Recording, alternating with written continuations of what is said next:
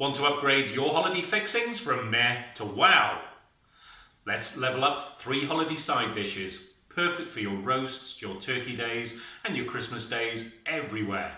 Let's do this. Everyone concentrates on the main dish for the holidays, but aren't the sides just as important? Let's see what we can do to elevate the humble vegetable to epic lip-smacking proportions. The carrots are colourful and spicy, but not fiery. This side breaks up all the heavy, rich dishes on the table.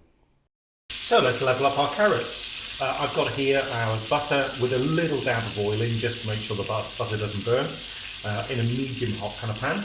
And all we're going to do is we're going to take our carrots, I've got chantilly carrots here, pop them in, give them a little bit of a toss in the butter, just to warm them through. And I'm simply going to pop a lid on. A fitting lid in this case, but I'm going to pop a lid on just for 10 minutes or so until they're cooked through. I will give them the odd toss just to turn them around, but 10-15 minutes, put a fork through them just to see if they're cooked. So after 10-12 minutes, I've just tested these with a fork and they're nice and tender.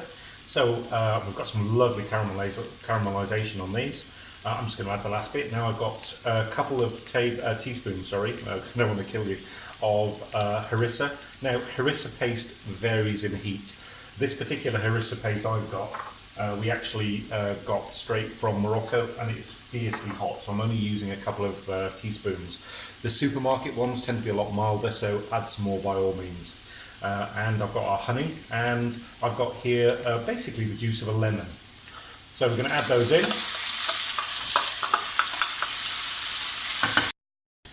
So we've added our lemon juice, our harissa, and we've added our honey. This is going in a nice sticky glaze now. The last thing we need to do, I've let this kind of stir away for a couple of minutes. Just add a little bit of coriander. Give that a final stir, and that's ready for serving. Turmeric is pretty much a superfood, yeah? When you combine this with crispy roasted potatoes, it's a magical ochre combination. So to level up our potatoes, our roast potatoes, what we're going to do is I've already par-cooked these potatoes for 8-9 minutes. Obviously they're peeled and chopped, and I've given them a good shaking in the pan so they've got a little bit of fuzz on the outside, which is going to go nice and crispy. So we're going to take it forward now from what would be a normal roast potato. I'm going to dredge them in a little bit of olive oil. We're going to add a couple of cloves of garlic, which in this particular case has been crushed, and kind of a chopped red onion. You can use white onion, it doesn't matter. I'm going to use some salt, just give them a good coating of some nice good quality salt, and the same with black pepper as well.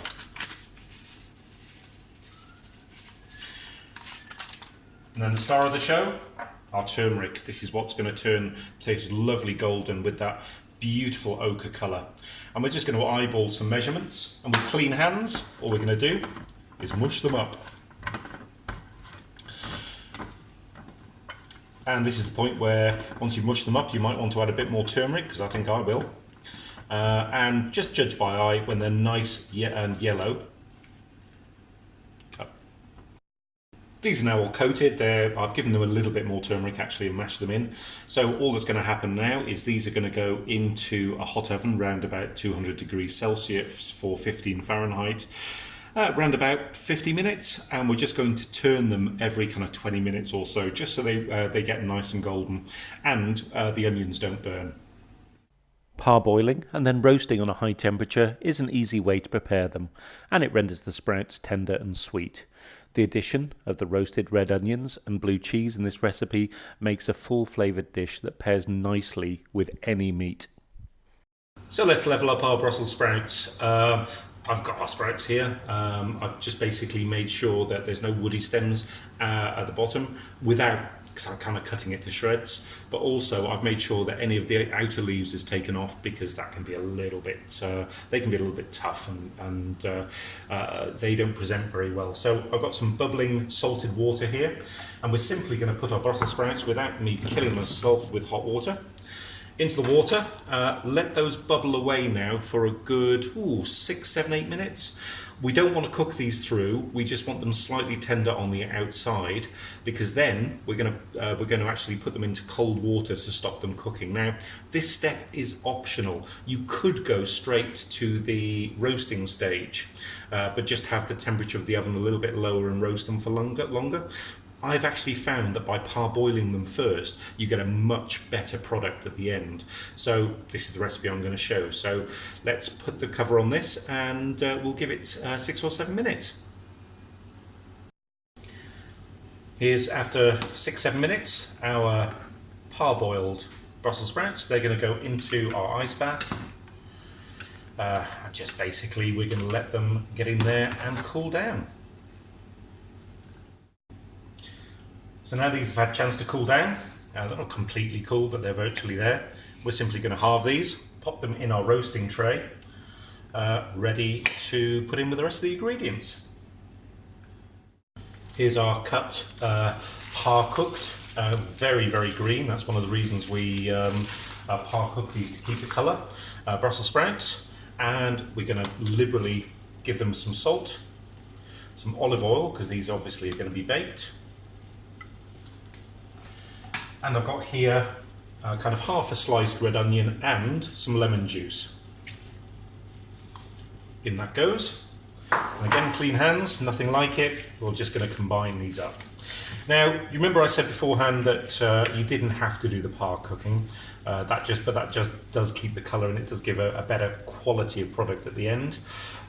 You could, if you wanted to. I've got my oven set at 200 degrees Celsius for 415 Fahrenheit. You could reduce it to kind of 375 or 170 degrees. And rather than par cooking them, this is where you'd actually have your halved Brussels sprouts, put them all together and roast them. You'll just need them for longer. These are going to need about 18 to 20 minutes, but if you didn't par cook them, probably more like 30. Here we go, straight out the oven. They smell gorgeous. Now, here's our blue cheese. I've got some soft blue cheese here. I've kind of cut it up, and being soft, of course, it's a little difficult to cut. But let's just dab these over the Brussels sprouts, kind of evenly, even though I'm not the most even of person. And what we're looking for is not to cover the Brussels sprouts, but just to give it a little pop of blue cheese every now and again when you're eating them. And I've got quite mild blue cheese here, simply because you don't want it too strong, because it just overpowers the Brussels sprouts. You just want to have that little pop of saltiness as you're eating them every now and again. So I'm just going to sprinkle these over evenly. This is going to go back in the oven for 3 minutes or so, just to melt the cheese in. And that should be our Brussels sprouts complete.